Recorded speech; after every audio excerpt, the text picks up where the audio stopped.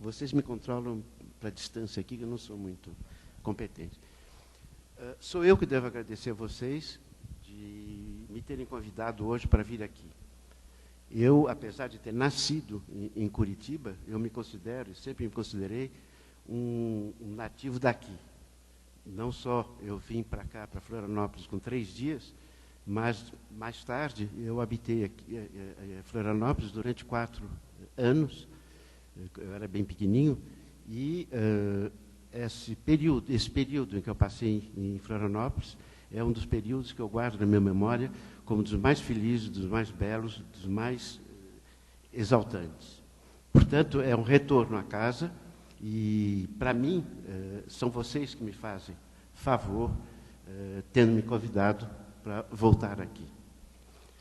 O que eu vou dizer hoje, rapidamente, é um resumo de mais de 50 anos de atividade de estudante, arquiteto, professor, etc. Necessariamente, as coisas parecerão um pouco brutais, um pouco condensadas demais.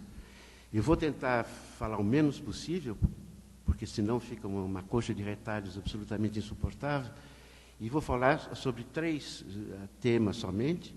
Primeiro, por que, de repente, nos anos 60, surgiu esse interesse pelo canteiro de obras e pela relação da arquitetura com o canteiro de obras.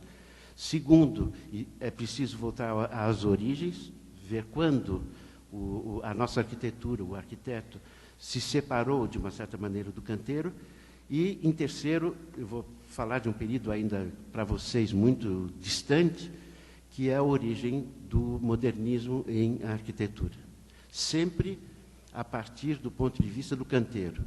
A história que eu faço, que o Rodrigo fazia, que o Flávio fazia, que durante anos em Grenoble nós tentamos fazer, é sempre uma história vista de cabeça para baixo. Normalmente nós olhamos do arquiteto para a realização da obra, na direção da realização da obra, e nós tentamos olhar a arquitetura de cabeça para baixo, a partir do canteiro, a partir do que acontece no canteiro, subindo até o desenho do arquiteto. Primeira parte, então, por que surgiu esse tipo de problema nos anos 60? Não é nada extraordinário para a minha geração. No meu tempo, nos anos 60, havia um clima praticamente mundial de euforia, de exaltação, de movimentos de esquerda, de todo quanto é tipo. Guerrilhas, revoluções, movimentos sociais importantíssimos na Europa. O mundo inteiro, de uma certa maneira, fervilhava e se inquietava e criticava. Portanto, a nossa interrogação não é algum fato excepcional. Nos anos 60, o que nós fizemos era nós participamos de uma interrogação que era mais ou menos mundial.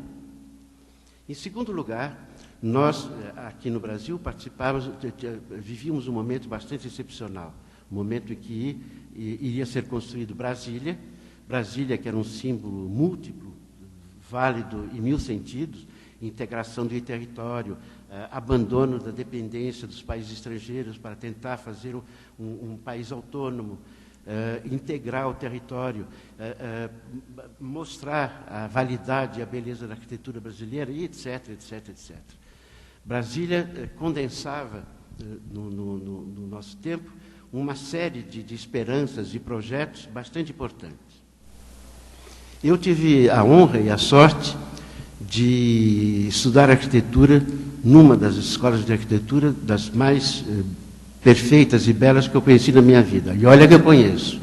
Vivi mais de 50 anos no meio universitário, na Europa, aqui no Brasil, etc. Conheci 1000 escolas, mas dificilmente eu posso apontar uma escola tão fervente, tão quente, tão entusiasta como a Escola de Arquitetura de São Paulo, a Escola Federal de Arquitetura de São Paulo, da USP.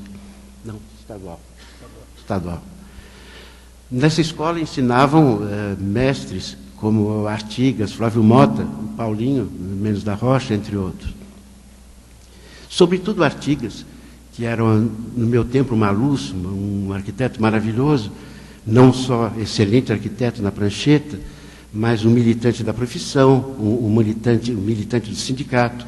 Foi ele que criou, entre outros, o Instituto de Arquitetos do Brasil em São Paulo. Foi ele que criou a FAUSP, a Faculdade de Arquitetura, etc. Era um mestre, no grande sentido da palavra. E, quando nós entrávamos na arquitetura, era a palavra dele que nos informava a todos. E o que ele dizia era magnífico. A arquitetura é uma das profissões mais generosas que pode existir na sociedade. É a profissão na qual intelectuais, gente formada, etc., iria se dedicar ao bem-estar da sociedade, em todos os seus aspectos, residência, hospitais, urbanismo, etc., etc., etc., e nós, formados com dinheiro público, nós seríamos, futuramente, aqueles que iriam praticar e exercer essa missão absolutamente maravilhosa, que era de construir o cenário, construir o contexto no qual a sociedade brasileira iria progressivamente se liberar e o povo e os humildes da terra subiriam, avançariam, etc., etc. Um ensinamento verdadeiramente bonito, era entusiasmante, e eu me lembro ainda, quando eu me tornei professor na FAUSP, como os alunos vibravam, às vezes com lágrimas de entusiasmo ou de tristeza, porque já era na época da ditadura, mas com uma participação absolutamente quente e afetiva, total. Também no nosso tempo, os arquitetos eram menos numerosos que hoje. Então havia trabalho para todo mundo, para todos os arquitetos e inclusive para os estudantes. Eu e Rodrigo Lefebvre, meu irmão, abrimos o escritório de arquitetura quando nós estávamos no segundo ano de arquitetura.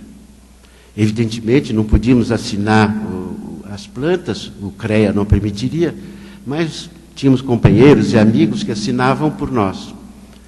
E eu nunca tive tanto trabalho na minha vida como tive no segundo ano de arquitetura, quando fiz vários edifícios, eu, Rodrigo, fizemos vários edifícios em Brasília, não direi quais são, porque são absolutamente medonhos, escondi sempre, com cuidado, na minha biografia, essas obras. Mas são obras imensas, estão lá até hoje, escangalhando Brasília, mas estão lá até hoje. E também nesse período, os arquitetos eram muito próximos do canteiro, da execução, da realização. O arquiteto praticamente, de cada semana ou cada 10 dias, ia ao canteiro verificar se estava tudo direitinho, se o projeto estava sendo não só seguido, mas se o projeto não continha defeitos que seria necessário corrigir, etc. E enquanto, nesse período que tínhamos várias obras em Brasília, ou o Rodrigo ou eu, praticamente uma vez por mês, ou mais frequentemente até, íamos a Brasília, ver o que estávamos fazendo, fiscalizar, etc. E lá, pouco a pouco, começou a aparecer uma certa inquietude. Aquele canteiro gigantesco, Brasília não estava inaugurado ainda, gigantesco, um canteiro gigantesco, enorme, vocês podem dificilmente imaginar a escala hoje, entretanto, com uma espécie de miséria, de fome. Você olhava os pedreiros, os magricelos, meio avermelhados da terra, que voava para tudo quanto era canto. Na época, essas coisas não foram muito divulgadas, mas frequentando assiduamente Brasília, nós começamos a saber que os canteiros de obra de Brasília eram verdadeiros campos de concentração. Eram cercados pela polícia, eram cercados às vezes pelo exército. As reivindicações ou tentativas de greve eram reprimidas com muita violência, havia mortos. Os operários frequentemente eram impedidos, quando havia agitação social, de sair do canteiro. A comida que era trazida de outros cantos do Brasil, não havia nada em Brasília, um lugar vazio, frequentemente era podre, frequentemente os operários, desculpem falar dessas coisas baixas, mas tinham desinterias gigantescas, se enfraqueciam aquela coisa toda. Houve inúmeros suicídios de operários em Brasília, que se jogavam debaixo de caminhões, que se atiravam daqueles prédios, etc. E nós começamos, tanto o Rodrigo quanto eu, a ficar meio perplexo Como é possível essa atividade tão generosa, que está atenta às necessidades da população, que vai construir escolas, universidades, casas, hospitais, etc., cujo projeto, no sentido amplo, é o bem do povo, é o bem da humanidade, é o bem do nosso país, como é possível que essa mesma atividade se envolva com a barbaridade, com a violência, com a dor que nós vimos constantemente no canteiro? No primeiro momento, enquanto ainda estudantes, era difícil juntar alhos com bugalhos, associar e saber por que havia esta enorme diferença. E nos pusemos a procurar estudar, com muita dificuldade. Não aconselho, mas se vocês lerem os nossos primeiros estudos, escritos do Rodrigo e meu, vocês verão que são escritos de procura, de perplexidade, de angústia. Não sabíamos bem o que estava acontecendo.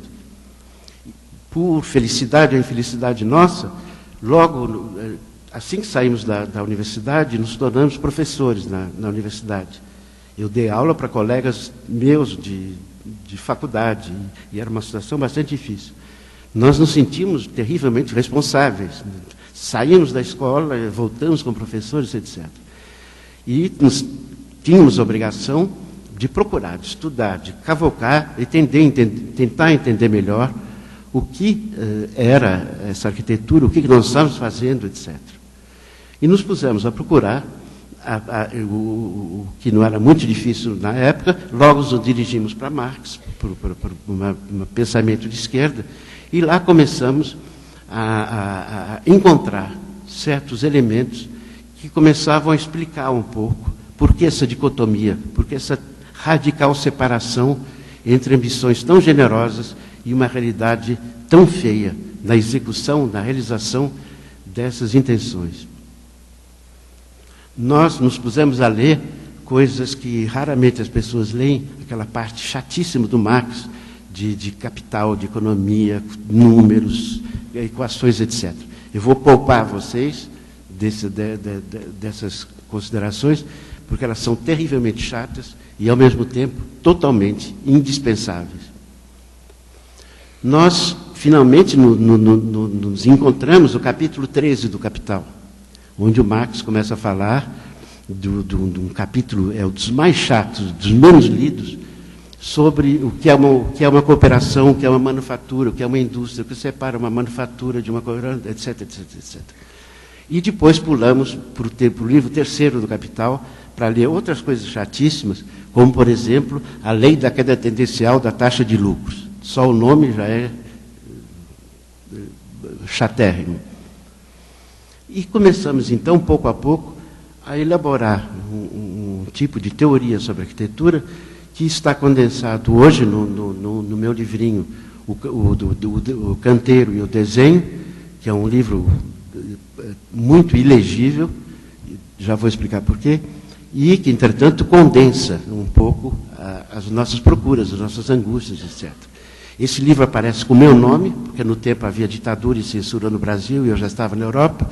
Entretanto, ele contém o que o Rodrigo e o que o Flávio Império também pensavam na época.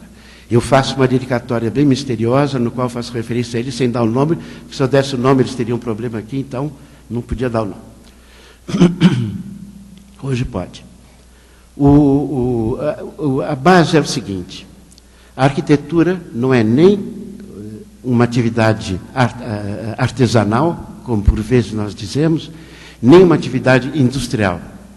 Se vocês examinarem um canteiro, não há, até hoje, máquinas operativas enormes, cadeias de montagem, etc, etc. O canteiro é fundamentalmente aquilo que nós chamamos, o que Marx chama, de manufatura, que é um tipo de produção muito especial. É um tipo de produção na qual a realização passa sobretudo pela mão humana, passa sobretudo pelo trabalho, assistido e secundado por algumas máquinas que fazem o esforço brutal, o guindaste, a serra elétrica e coisas desse tipo, mas na qual não há nenhuma máquina que realmente monte, como a gente vê na indústria de automóveis, como a gente vê em outras indústrias.